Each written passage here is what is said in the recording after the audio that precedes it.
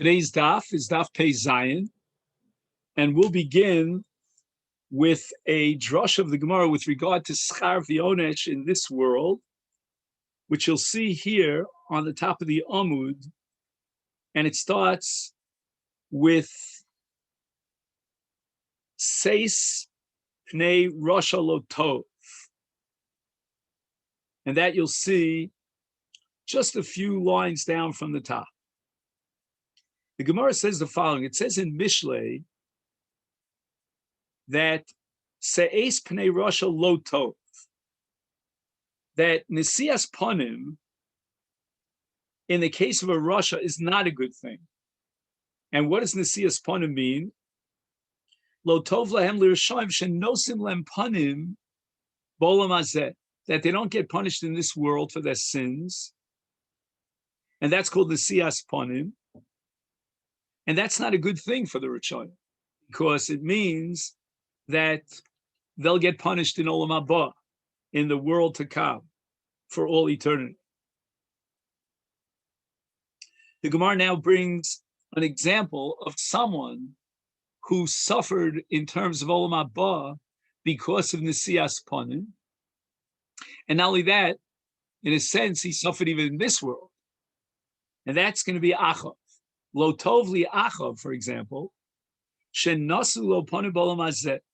What happens is, after his terrible evil, and the Navi castigated him, Eliyahu Navi warned him over and over again, and finally, at one point in his life, Achav actually broke down and he did tshuva. And as a result, HaKadosh Baruch Hu is nosei lo panim.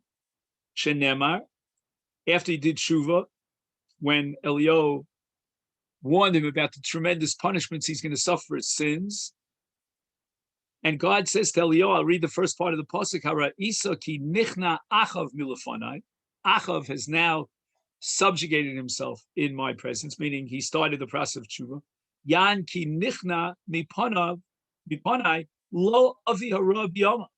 I will not punish him during his lifetime, but rather during the life of his son, I will bring bad and evil upon his household. So HaKadosh Baruch Hu was nosei upon it and did not mete out the punishment, the evil, the peronios, to Achav during his life. As a result, Achav felt, you know what?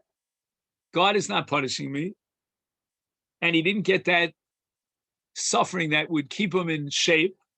So as a result, this was very bad for him, because he started going back on his ways, and he was mosif on his riches, and he lost his share in Olam Haba. And that's what the Gemara establishes in Masechet Sanhedrin.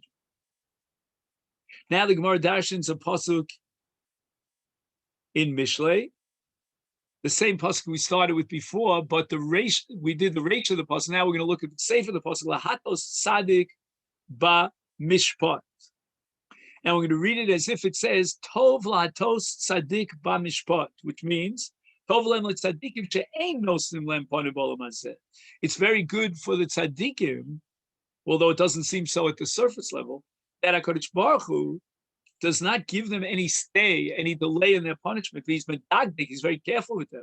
He's machriya them l'kaf chova, and as a result of that, they'll get punished in this world on the very little evil that they perpetrated, whatever they might be guilty of, lid dargasam, lefi dargasam, and they will therefore be able to inherit the world of eternity of Olam Haba.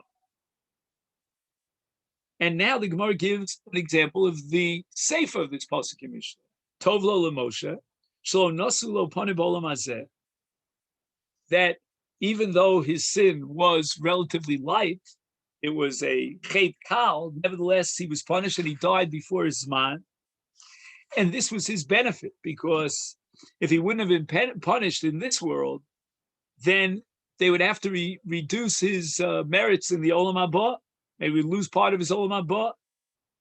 And where do we see that HaKadosh Baruch Hu was not nosei panim? He didn't delay the punishment of Moshe Rabbeinu in this world. Shenemar, and this is a pasuk in Bamidbar Perek Chaf, after Moshe and Aaron sinned at the Mei Meriva, HaKadosh Baruch Hu declares, Yan lo emantim bi laktisheni lochein lo saviu es hakol hazeh el haaretz, and because you didn't believe in me and sanctify me, therefore you will not bring the people into the land.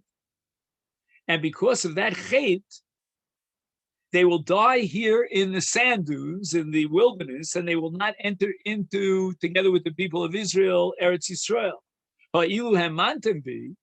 If you had believed in me, if not for your sin, you would not have reached that point in which you would have to be taken away from this world. In other words, he died, Moshe, before his set time. And why? Because of this Avon. There was no Netzias Panim in this world. And that was for his benefit. And here, I'll mention that there's a discussion in the Tosefes Yoma Kippurim, the Kapos Tvarim, the same author, and he asks Chazal, saying Kiddushin, that when Moshe Rabbeinu declares Men Ben Mea V'Yesrim Shana Nochi Hayom, he declares on the day of his death that today I am 120. It means that was his birthday. And Malu Yoma V'Shnosav L'Labdecha Shekadosh Baruch Hu Yoshev V'Mamali Shnosav Shel Tzadikim Yom Liyom Michodesh L'Chodesh. So it seems like the Gemara is saying that Moshe Rabbeinu lived out his full life, and he did not die before his man. Says the Tosefes Yom Kippurim, that really they diminished the life, the years, HaKadosh Baruch Hu, the limits of Moshe and Aaron by some years. And when Chazal say Mamali Shnosav, it means that Tzaddik will die on the day of his birth. And that's true for Moshe Rabbeinu. He was born on the 7th of Adar, he died on the 7th of Adar, but he died before his originally set time. HaKadosh Baruch Hu is Mamali Shnosav Shel Tzadikim, and some say it means that L'mashin Nigzar Olav B'Chas Leida, Moshe and Aaron were Uyim, they should have been really extended beyond that which was said at the time of their birth, but because of their sin, there was no additional extension of their life.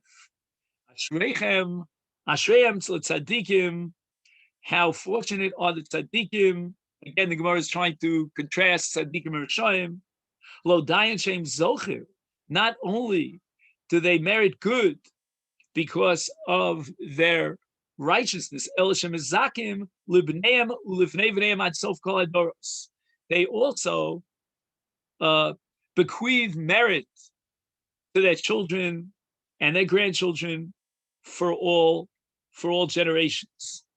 And this is really true because of genetic law, as the Rosh points out in Masechet Edios, that Noi and Koach and Ocher, Chachma and Shanim, all this is passed down through the genealogical generations, fine.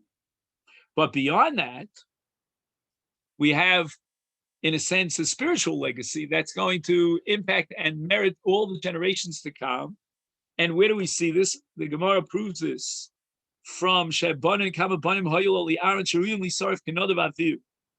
All right, this is a very challenging Gemara.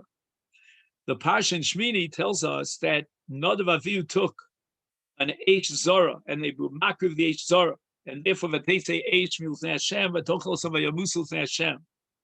It seems from the Psukim, that's how we always understood it, that Nodav Aviv died because they were makriv and H Zora Lifnei Hashem. However, there are many different opinions as to exactly what the nature of their sin was. But here, it seems that not only were Nodav Aviv, two of Aaron's sins, deserving of death for their sins, but even the other, now it's very strange, Kama Bonim, we don't know exactly what Kama Bonim means. All we know of is that Aaron had two other sons, Elazar and Tamar. So what does it mean, Hayol Aaron Od Bonim? He only had two sons. So if you look in Dikduke Sofrim, which is quoted in the footnote, he says the Gemara doesn't mean that Aaron had children other than the two that we know of that survived Nodav Aviv, but rather Bnei Aaron HaKohanim. It's a phrase, Bnei Aaron HaKohanim, which means all the generations of Kohanim, and throughout the generations, they weren't so careful about the Avod in the Beis HaMikdash, and they should have been burnt up like Nodav Aviv, but there was a schus of Aaron, She'omdo lahem shelo ye'onshu. And that's what it says here, She'nemar, after the death of Nodav Aviv, the sons of Aaron, It says, "Vaydaber Moshe el Aaron vel Lazar vel Itamar banav hanosarim," and from the fact that the Torah adds the word hanosarim, it implies that there were other sons that should have died as well. And again, according to Dukei Sofer, means grandchildren down the line, etc., etc. Amad lehem schus Aaron aviem, and they were spared, and they didn't suffer this misas streifa. However, by contrast, the Gemara says, "Oilehem l'rishayim lo dayin shemachayvim atzmon." It's bad enough that because of their rishus, they bring chovos on themselves, and iniquities will cause and meet punishments. But they will have an impact, a negative impact on their lineage, on generations to come. And here's the proof: Harbe bonim hoyelo l'Knan. Knan, the son of Cham, had many children. Shera'uyim li samach, and some of them were really scholars and tzaddikim that converted and so forth and so on, like the Eved Tavi, the Eved of Rabbi Gamliel. He was kosher. Rabbi Gamliel said about him that he was a Talmud Chacham, a Gemara Brachas Tezayin, Sukkah Daf Chaf. And nevertheless, Alachovas Aviyam, because his great-great-great-great-grandfather's ancestor, meaning Knan, had sinned, and there was a klala put on the zera of Knan that they would be avodim, it's garmalahem, and therefore even those that were roy for smicha, and they could have been rabbis in Israel, but they remained avodim. And that's because of the curse of their fathers. And the Maharsha asks the following kashi, says, with regard to the Tovah Tzadikim, I understand that Sof Kol Adoros, the Torah says, also chesed la'alofim, li'oavai, l'shom mitzvosai. There's going to be a chesed for which Hashem is going to preserve and guarantee for alfei doros. But with regard to onshim, the Torah says, poked avon avos al banim ve'al bnei banim ad shileshim ve'ad riveim, only 3 or 4 generations. And yet here it seems l'dorei doros. So as a result of this kasha, the Maharsha says the Gemara doesn't mean to say that there's going to be an onesh to the Rishoyim, but rather the Gemara is making a comment about yuchsin, about yichus, that the Gemara brings the case of the yuchsin of Knan, and that's going to be ad sof kol adoros, that the tzatzoyim of the descendants of Knan will be avodah for all these generations.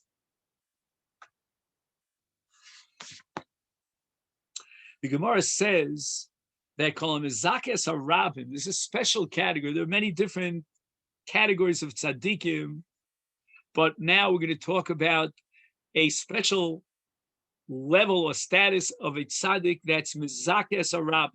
He teaches Torah, or he influences people, inspires them to do mitzvahs. He has an impact on others.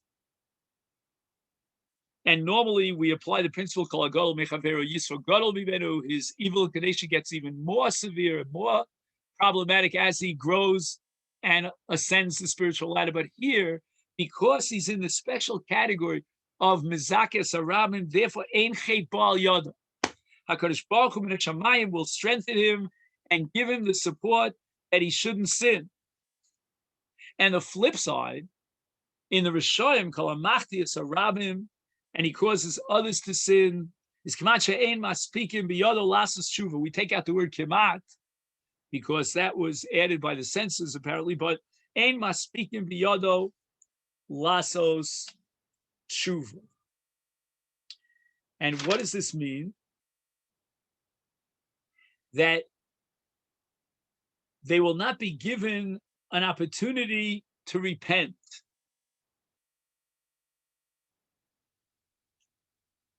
And the Tosas Yontif adds the following comment: "She'ein maspikim biyado lasos tshuva, pirush lo mesayin also." There will be no divine support or encouragement or help or aid in the process of tshuva.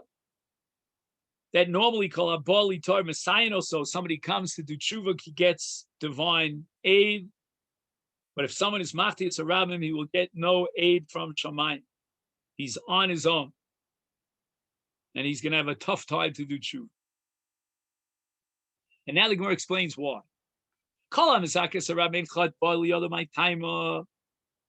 And the answer is Kadesh Lo Yehu B'Gehenna V'Talmido B'Gan Eden. Imagine a case where a person teaches others, and he himself will be tempted by sin, and if he falls, he will end up in Gehenna, whereas his students who were inspired by him and taught by him and guided by him, they're in Gan Eden. That's very strange that the Rebbe himself is in Gehenna and the Talmidim are in Gan Eden because of this. They're in Gan Eden because of the schutz of the mitzvahs that he taught them and he influenced them.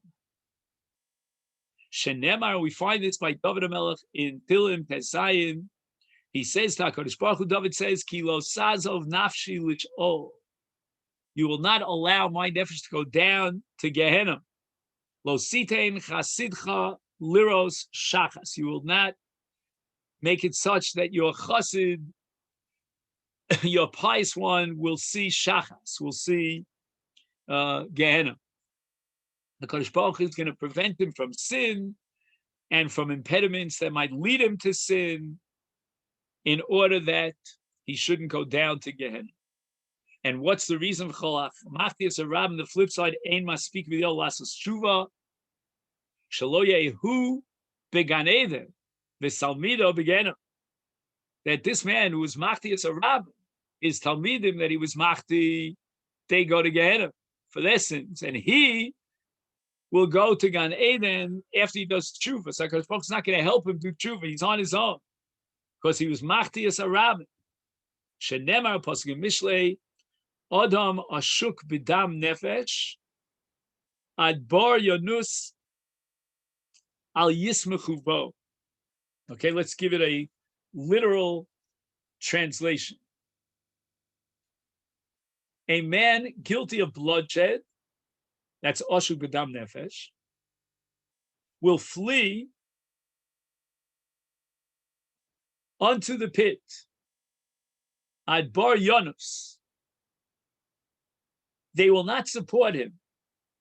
That's the end of the pasuk. Al Yismechu Bo, meaning if a person has Avon and Oshek Nefesh, he's guilty of such severe crimes, he's Machshelas Harabim Ba'avera, and as a result, others lost their souls, is therefore until his death, he's going to be running, fleeing, and asking for help, and hoping that God will atone for his sins. But Min HaShamayim, they will not help him and give him that support and that aid to be closer to Tshuva, to let him fall into Gehenna. And that's what it means at the end of the pasuk here, Al Yismechu Bo, they will not support him.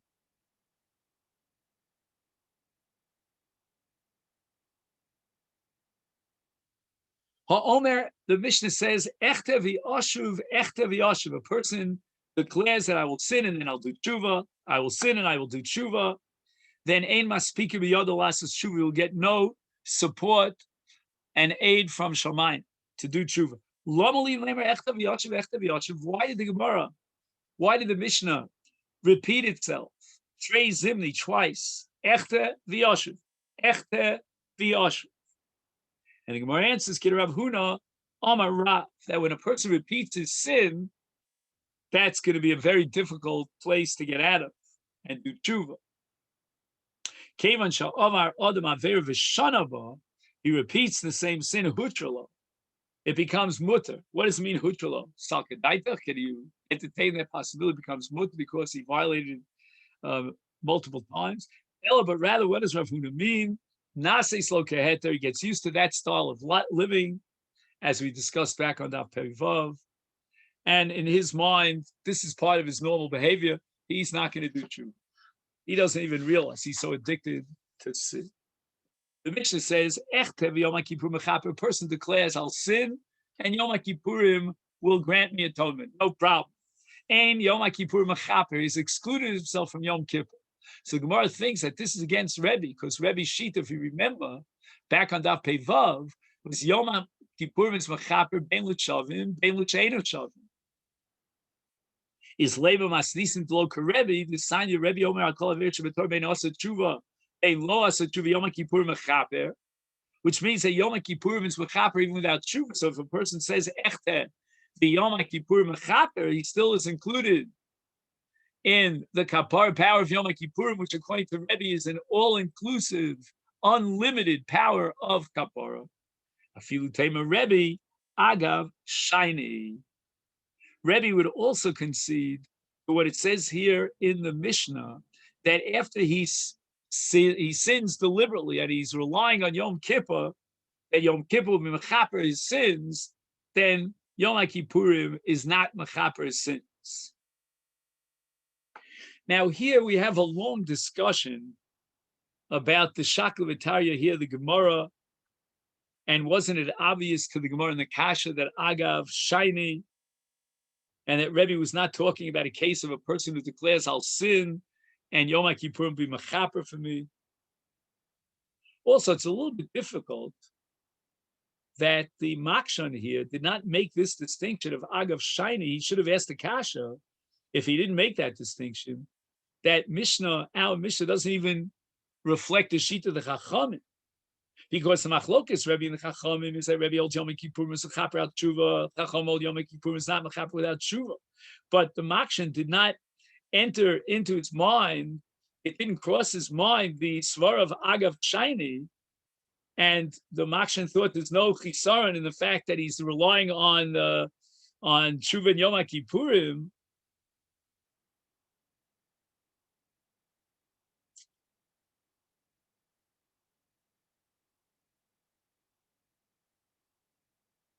So then it's difficult, even according to Chachamim, if you don't exclude a person who says Echtev Yom Kippur Mechaper, so then even according to Chachamim, if he does tshuva, then Yom Kippur should be Mechaper. Now you're saying in the Mishnah that Yom Kippur will not be Mechaper.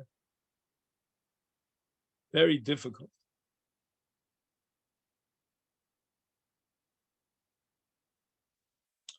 So first, I'm trying to work it out that the Makshan understood that when the Mishnah said Ein Yom Kippur Mechaper, it shouldn't be taken literally, but again, it should be Ein Maspik of the other Lassos, so we won't get that heavenly aid when he says Echter the Yom Kippur Mechaper or the Oshuv. And Eino Miskaper here is only according to Chachamim, who hold that Yom Kippurim needs tshuva. And if he's not doing tshuva, he's doing sins deliberately, then I could understand that Yom Kippurim will not be mechaper. According to Rebbe, who doesn't require tshuva, Yom Kippurim should be mechaper even without tshuva. It's a long, long discussion here, complicated in the Sfas Emes. The Mishnah declares that Aveir Shebein Odom L'Mokum Yom Kippurim mechaper, but Aveir Shebein Odom L'Chavero Ein Yom Kippurim mechaper Yiratze Es Chavero. Rami lay, the Gemara asks the following stira, Rav Yosef bar Chavu Rabbiabba. Avera shebein adam lechaver ein Yom Kippur mechaper. Is that really true? In other words, you need ritzui chavero v'aksiv. What are you going to do with the pasuk in Shmuel Aleph Perek Beis with regard to the tochach of Eli HaKohen to his children that they should do tshuva? He says to them, "Im yechte ish leish ufilelo Elokim."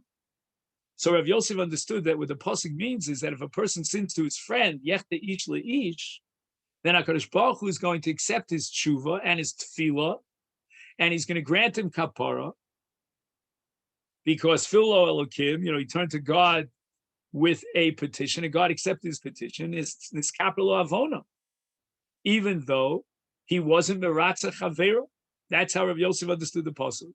So Rabbi Avo responds to Rav Yosef, and he says, no, the pasuk doesn't mean the way you interpreted it, but rather, Man Elokim, the word Elokim here, should not be read as the Shem Kodesh of the Almighty, but rather Elohim, meaning referring to the Dayan. And when it says Upilo Elohim, we're not referring to HaKadosh Baruch Hu, we're talking about the Dayan, Yishpod Beineim. And we're going to a human court, and the Dayan is going to be the Shofet. So the Gemara says, wait a second, are you telling me that if a man sins against fellow man, they'll take it to a judgment, and that's the subject of this pasuk? That's impossible. Because look at the end of the pasuk. It says, "V'im lashem yechta ish mi yispalelo." The end of the pasuk speaks about a person who sins to God. Mako mi yispalelo. Now, pilalo means mishpat. So, what does it mean that if he sins against God, there's no shofet, there's no human judge who's gonna adjudicate the law? I mean, it doesn't make any sense. That mi yishpot esachote, well, there's no judge to judge the sinner on behalf of God. I mean, that doesn't make any sense. God has many shluchim. He can find a shofet. He can himself, with a capital H, judge man and mete out punishment. So the Gemara says, you're right. The pasuk Elokim is referring to God. And Pilul, though, here's where the Gemara changes its understanding of Pilul. Pilul means lefaiso, leratzos eschavero, then Elokim yimcholo. But in Lashem yechta ish, mi yispal bavuro, who could be mefayis Hashem unless he does tshuva on his own?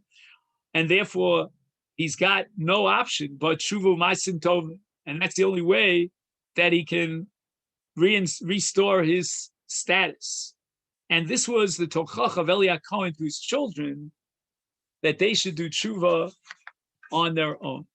Omar Yitzchak, kol hamaknit es chaveru afilu b'dvarim, a person insults and causes anguish to his friend even by making a bad comment that insulted him. That's called onas dvarim. Is tzarech lefaiso. He didn't steal anything from him. He didn't take his money. He didn't cheat him. He doesn't owe money. But nevertheless, he has to be mefayis his friend because he was maknit his friend bidvarim. He aggravated his fellow Jew with words. Shenemar, it says in Mishlei, Bini, my son, im aravta l'reyecha.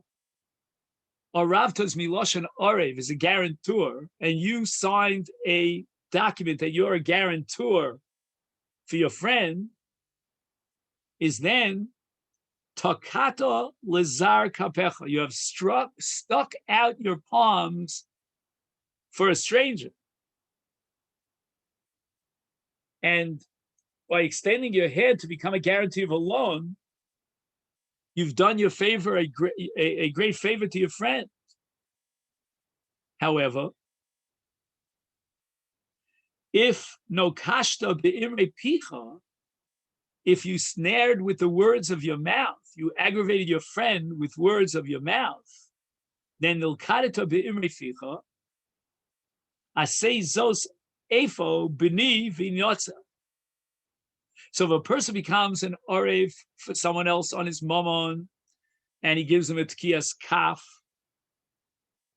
and the other case is hiknito so bidvar, and he did so b'nivi notzel mishnei dvarim elu. Here is what you could do in order to save yourself. Ki basa b'kaf re'echa lech is pares urahav re'echa. Since you have come into your fellow's hand, go abase yourself and treat him like a ruler. So the Gemara says, what does it mean? Ki basa b'kaf re'echa, you have come into your fellow's hands. She'im mamon yeshlo biyadcha, you gave it tkiyas kaf as a guarantor, so therefore you're holding on to his money because you obligated yourself to pay and replace him to pay the debt. Then we're going to interpret the word hisrapes, abase yourself, milashon heter pas. What does that mean? Haterlo pisas yad.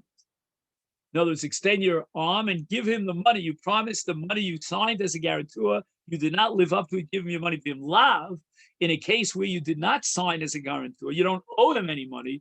All you did was cause him anguish by insulting him. Then rahav re'acha, and then treat him like a ruler, which means Harbe'alav Re'ev, gather many friends around him, so they will ask Yavakshu Mimenu Limcha L'cha for forgiveness on your behalf. Omar Rav Chizla v'tzarich l'faiso b'sholosh shuros shel shlosha b'nei adam. In order to achieve this pius, Rav Chizla says he's got to bring 3 rows of 3 people, and he has to be mafayis his nefesh shalosh pa'amin, 3 times. Shenemar yashar al anashim, which literally translates he goes around to people, and he says v'yomar chatasi v'yashar havisi. I have sinned, I have made crooked that which is straight, v'lo shavali, and it's not worth it for me. I didn't benefit from it. So he gets together a shura of people. He declares in front of them chatasi, ikamti is derech hayishara, which means I have made crooked that which is straight. I didn't gain anything from it. And since he has to get the shura together, a shura always requires a minimum of 3 people. Less than 3 people is not called a shura. And that's a Gemara in Beitza Daf Yud Dalet. So since he has to get a shura, and he needs a shura of 3 people, and the lashon of the pasuk is chatasi, yashar avisi, v'lo shavali, there's a triple language over here to teach us that he needs pius 3 times. Not once, not twice, but thrice. So he needs to be mavakesh pius with a shura of shlosha b'nei adam, and he needs 3 times. And that's what Rabbi Yossi Reb Chanina derives from a pasuk, Ana Sana, as we'll soon see. And the Gemara now is relying on the drasha that's going to come around the bend in just a minute from Rabbi Yossi Reb Chanina. Now, the discussion here revolves around the Rambam in Hilchos Tshuva at the end of Perek Beis. The Rambam writes, Shlosha Noshim Elu Mevakshim Me'anelav Sheyimchalo. Then when he has a row of 3 people, they will ask and beg on his behalf that the victim who was anguished will grant mechila.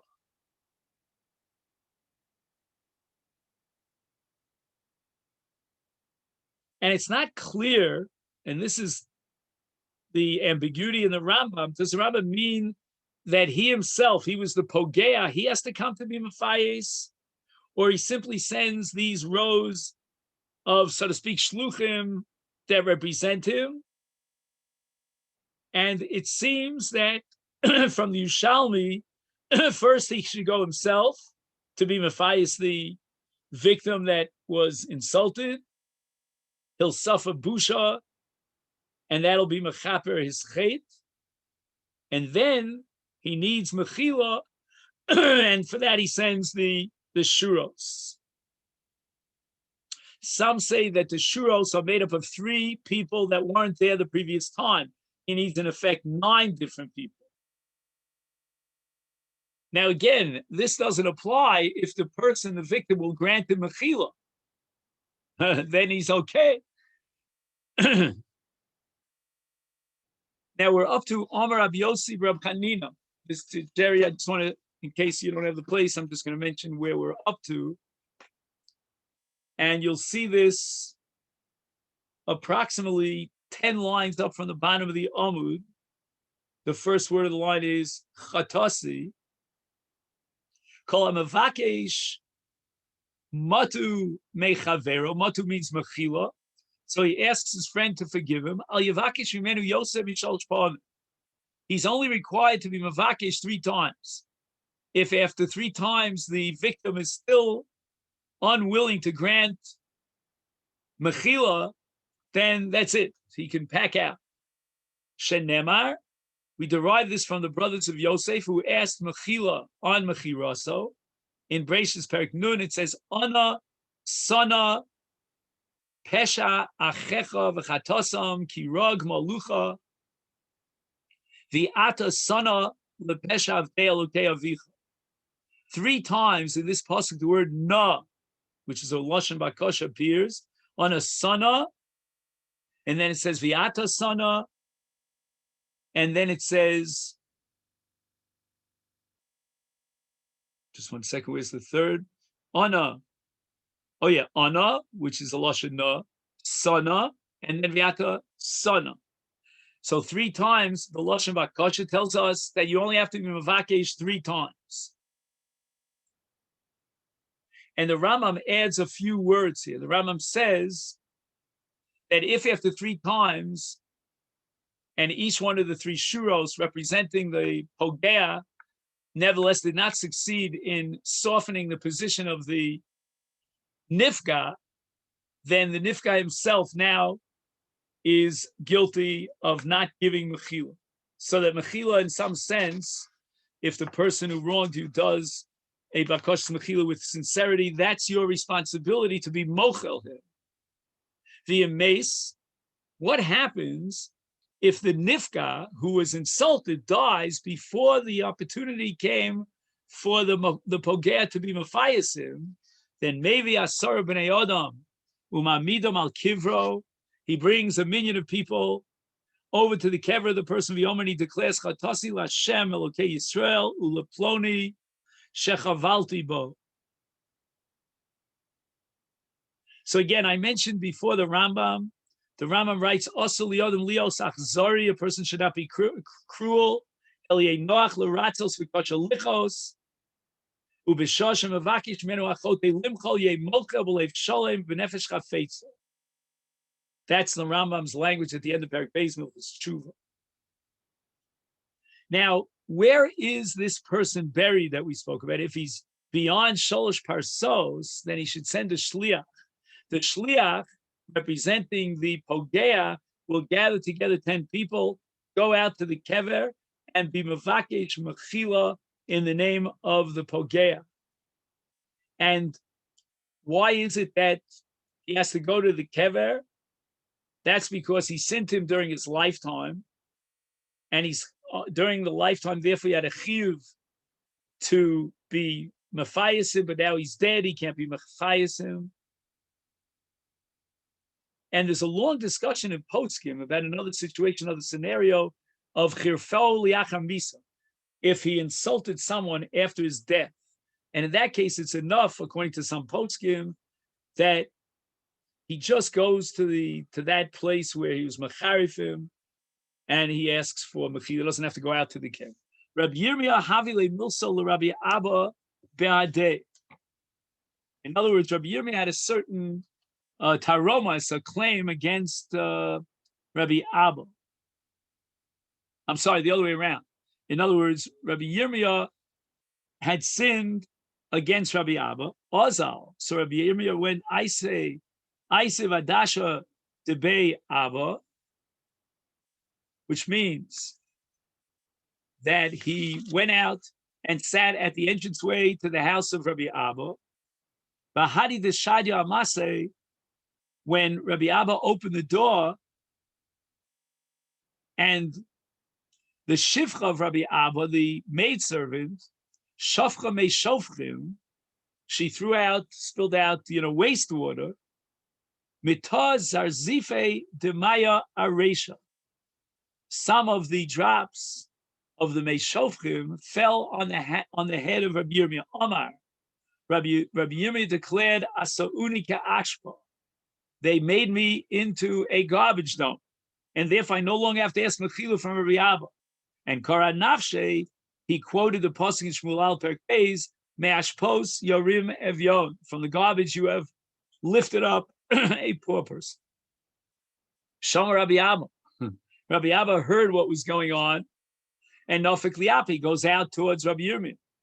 Amalei, Rabbiabba says to Rabbi Yirmiyah, until this point, you would have had to convince me that I should be mispayes for that which you sinned against me, hashta. But now that you have suffered such busha and bizayah because of my shivcha, my maidservant, tzricha lemepakadatach, tichsiv lech his pares urahav reyecha.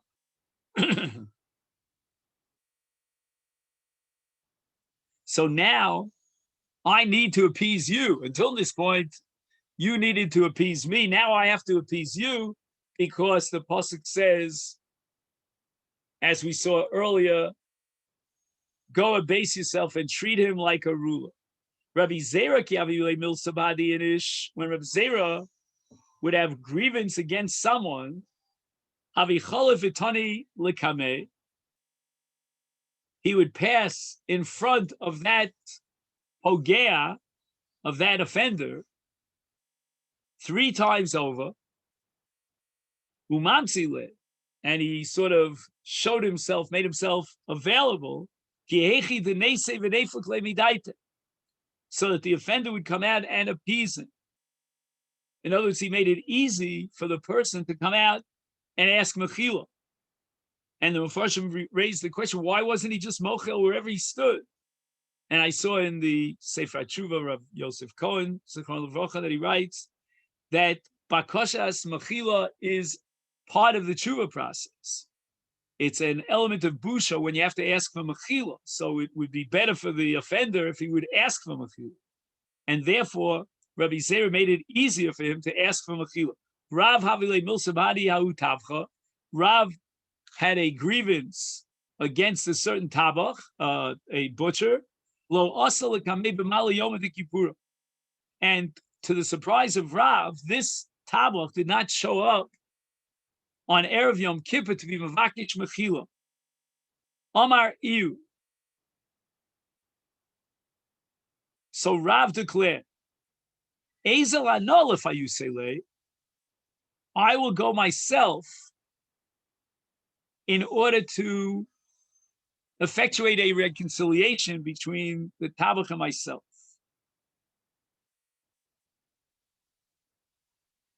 It says here in the name of the Marsha that Kishara Rav she'ena tabach bo lefaiso be'erev Yom Kippur dono so lekav schus v'chosh Hashema afhu zilzel b'tabach b'shas mariva. Maybe at the time of their altercation, maybe he, Rav, said something that was a zilzel that might have insulted the tabach. And therefore the tabach thought that he doesn't have to ask for pius. On the contrary, Rav, the opposite is true, he has to ask for pius. So therefore, in order to cover his bases, Rav himself came to reconcile himself with the tabach. Amaleh. I'm sorry, Pagabe Rav Huna.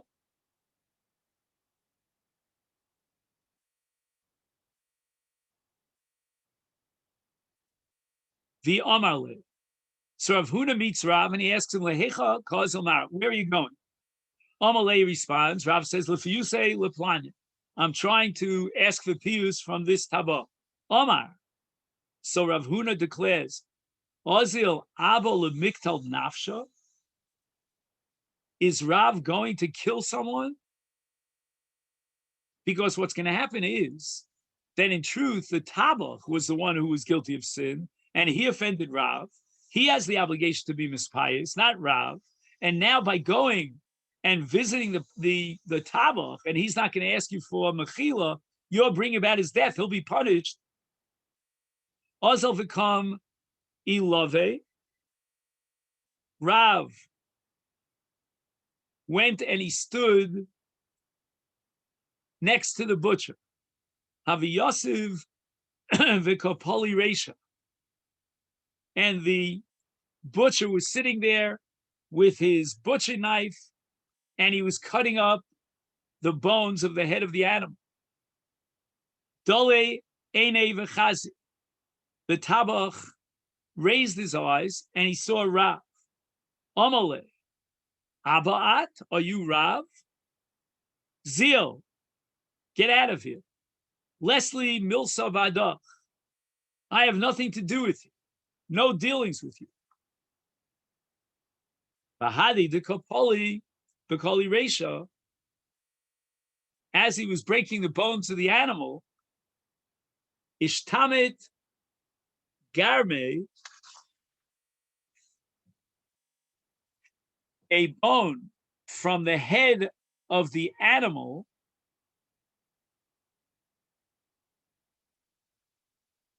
shot out. Ishtamit means it's shot out. Umachye bekore v'kaki. It hit him in the throat, and he died. So as it turns out, he was punished because he didn't go to be Maphayis Rav.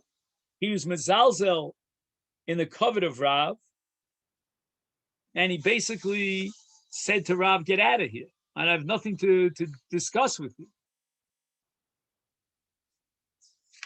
But as it turns out, Rav Huna was really right when he told Rav that you're on the way to in a sense, cause the death of someone.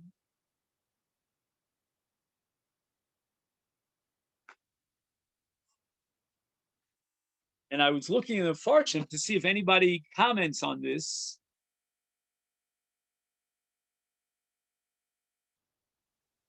So far, I didn't find it.